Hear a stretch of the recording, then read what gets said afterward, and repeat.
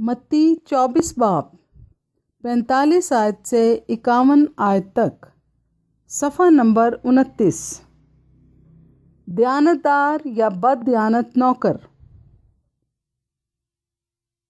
پس وہ دیانتدار اور عقل مند نوکر کون سا ہے جسے مالک نے اپنے نوکر چاکروں پر مقرر کیا تاکہ وقت پر ان کو کھانا دے۔ مبارک ہے وہ نوکر جسے اس کا مالک آ کر ایسے ہی کرتا پائے۔ میں تم سے سچ کہتا ہوں کہ وہ اسے اپنے سارے مال کا مختار کر دے گا۔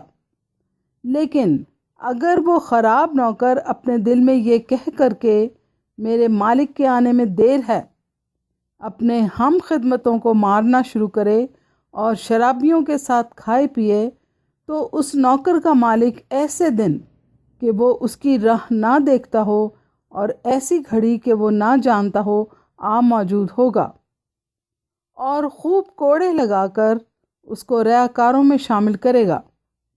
وہاں رونا اور دانت پیسنا ہوگا۔